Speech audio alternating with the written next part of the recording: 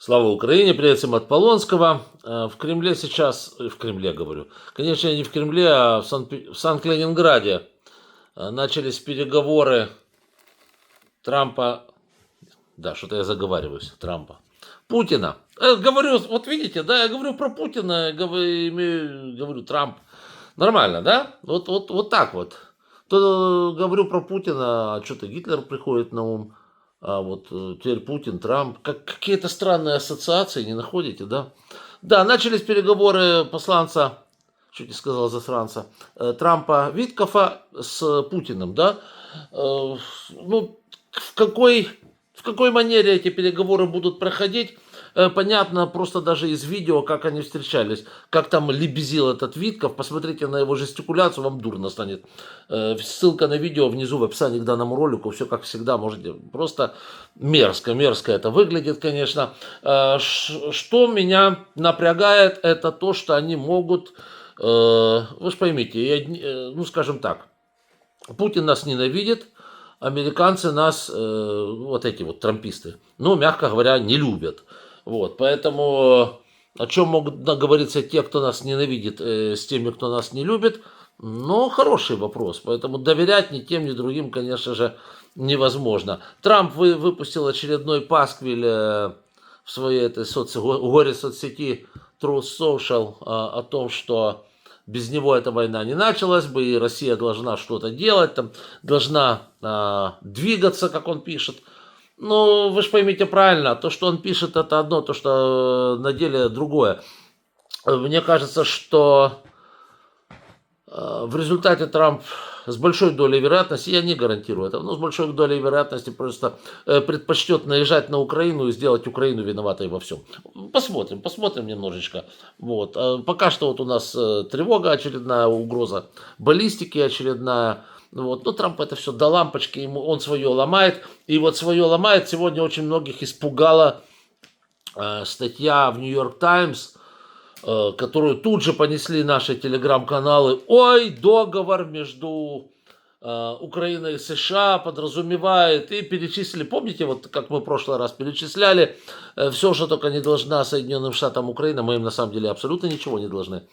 Вот, и многие так уже схватились за голову, блин, ну капец, ну что же это за договор? Ребята, успокойтесь вы с этим договором.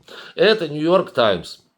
Значит, смысл этой статьи для несведущего американского обывателя рассказать о приезде технической, еще раз повторяю слово технической, низкого уровня, без каких-либо права подписи украинской делегации в Соединенные Штаты Америки по поводу вот того еще договора, который был, сколько уже, когда еще Зеленский ездил, вот это вот, и на него набросились эти два шоколадыша в оральном кабинете Белого дурдома. Да? Аж тогда еще. Вот. То есть это тот же договор имеется в виду. Это просто для американского обывателя, чтобы они же вообще не в курсе дела. Что, как? С их точки зрения очень многих там Зеленский чуть не напал на бедных несчастных Венса и Трампа, да еще и, знаете, сделал это потому, что он был не в пиджаке и так далее. То есть, ну, люди ж далеки от проблем Украины и так далее, они вообще не в материале, что происходит. Им кажется, что их любимого Трампа сильно очень обижают. Вот, а некоторые еще и в тюрьму хотят посадить. Но бог с ним, да. То есть это статья в Нью-Йорк Таймс о том, что обсуждать вот тот вот еще проект договора, который был тогда.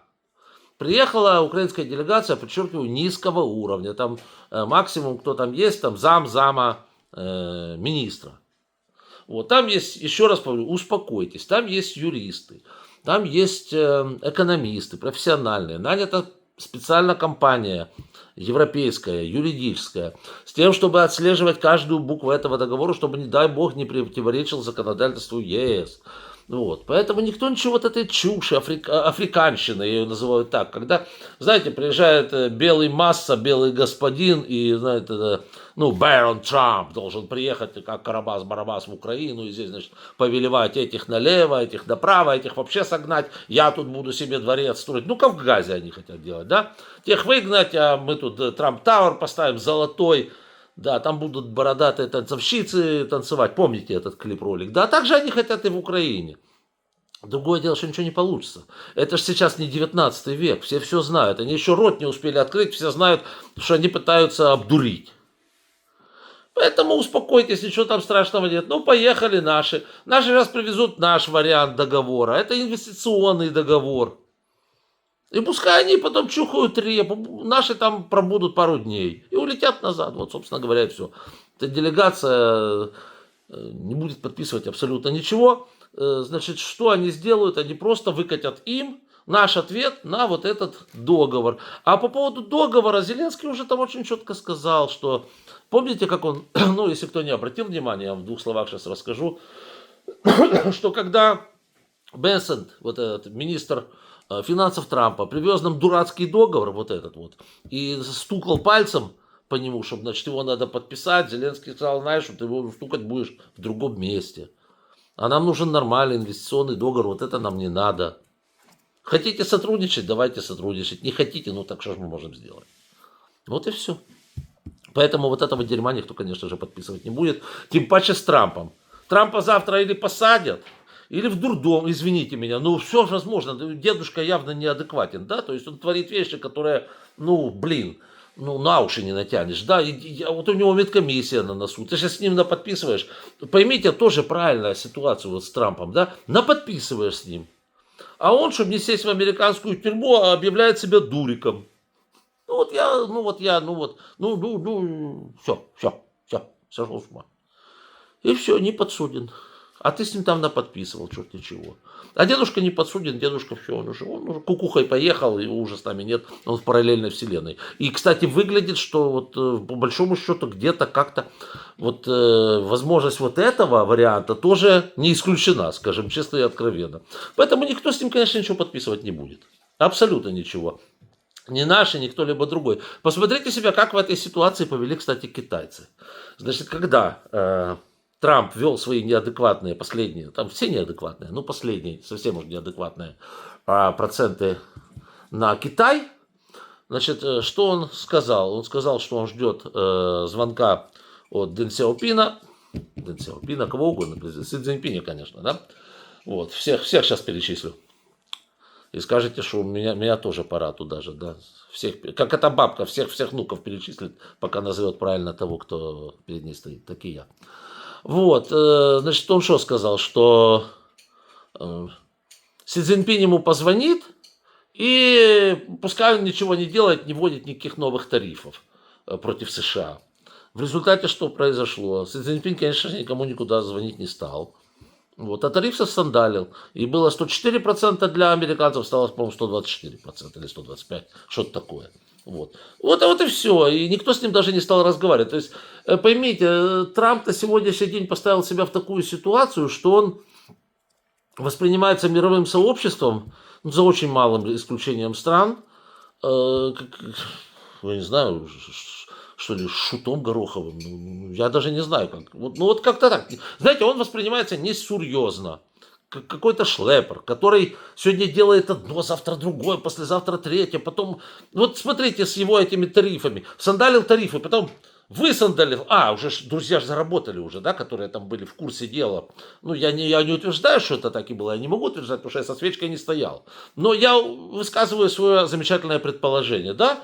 Мне почему-то кажется, что он убрал вот этот вот тариф на 90 дней, а в тот момент, когда его кореша, вот эти, которые рядом вокруг него были, уже хорошо заработали, имея первичную информацию, что вот тогда-то они будут введены, тогда-то выведены. Вот они сделали там миллиарды долларов. А он сказал, да все уже, нахрен не надо.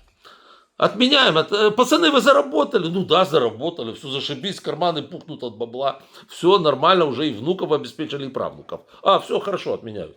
Ну, с моей точки зрения, это выглядело приблизительно так. Не знаю, может, я не прав.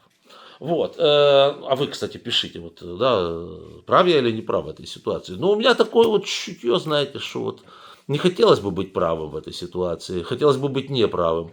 Вот. Но вот как-то так.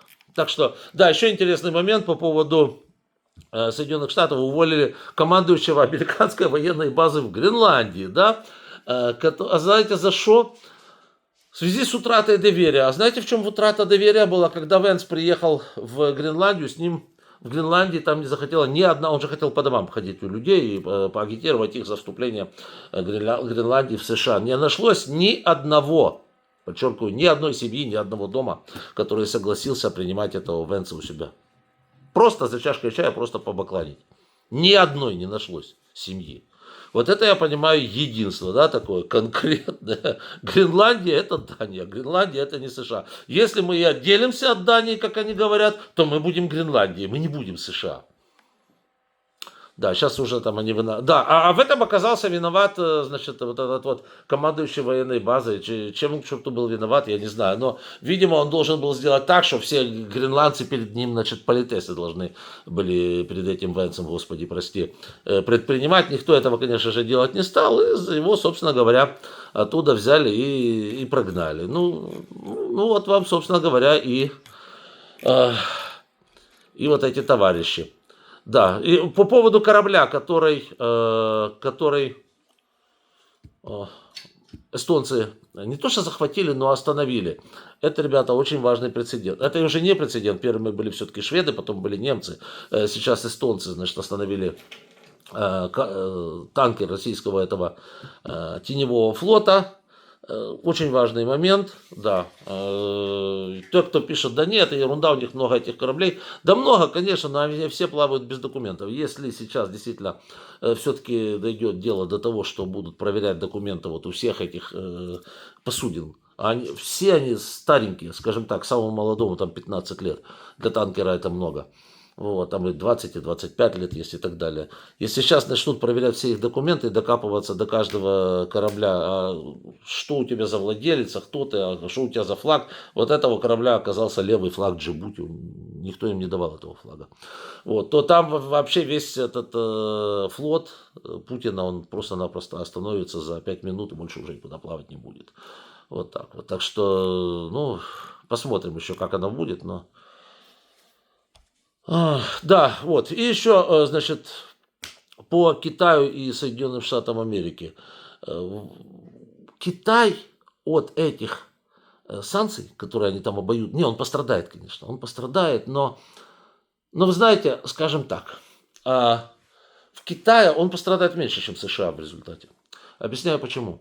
В Китае на сотрудничестве, кстати, взаимовыгодном сотрудничестве, подчеркиваю, с Соединенными Штатами Америки, занято было довольно приличное количество людей. Но если взять объем торговли с США в ВВП Китая, да, то есть какая часть ВВП Китая была занята торговлей с Соединенными Штатами Америки. Я разные цифры слышал там от 2 до 5%, то есть это относительно немного. Это можно переключить еще куда-то, да, то есть переправить там номинально в Камбоджу, Камбоджа продаст в США. А вот вдумайтесь, я сейчас американцам говорю, да и нас касается точно так же. Вот посмотрите вокруг себя и в своих домах, в своих квартирах, сколько вот вас в данный момент вещей окружает, которые не сделаны в Китае. Я еще раз подчеркиваю. Сколько вас сейчас в этот момент окружает вещей, которые не сделаны в Китае. И вы сейчас увидите, что это проблема. Да, это проблема. Очень много вещей, сделанных в Китае. То есть я уверен, что вот у любого из вас сейчас начнет смотреть технику, мебель, там еще что-то. Окажется, что это китайское. А в Штатах это хуже. Это еще больше. Вот, поэтому удар получат Штаты, конечно, колоссальный. Не Штаты, а те, кто покупает, те, кто мало зарабатывает денег, кто вынужден покупать недорогой, не всегда качественный, недорогой китайский товар. Вот, собственно, и все. И тогда будет капец. То есть Штаты в гораздо большей степени в данной ситуации зависят от Китая. Потому что, просто, да, их начнут заменять, эти товары. Но, извините, по тем ценам и с тем качеством, вот соотношение цена-качество, которое удовлетворяет массовый спрос, американцы этого выпустить не смогут. Соответственно, что произойдет? Произойдет скачок цен. Вот. А Трамп тут рассказывает, как он там китайцев этих, как он этого Си Цзиньпиня там нагнет и так далее, кто его там в попу целует и так далее. Уж Си Цзиньпинь точно не будет. Вот честно говорю, не будет. Вот. Поэтому ситуация такова, как есть. И кто кого тут нагнул, абсолютно, кстати, непонятно. Кстати, американцам станет очень понятно, Вполне себе понятно через некоторое время. Вот так вот, ребят. Ну, а пока что мы ждем результатов переговоров между Виткофом и Путиным. Жду ли я от них чего-то хорошего? Честно говоря, не жду. Потому что, еще раз говорю, когда переговоры ведутся между теми, кто нас ненавидит, и теми, кто нас просто не любит, ну, какого-то хорошего результата ожидать, наверное, все-таки не приходится. Но, тем не менее, будем надеяться на лучшее и будем наблюдать за этим всем действом. Вот. А пока, что нам остается, да, это сотрудничество с европейскими странами. И мне почему-то кажется, что на носу маячит такой экономический альянс между Канадой, Евросоюзом, Китаем.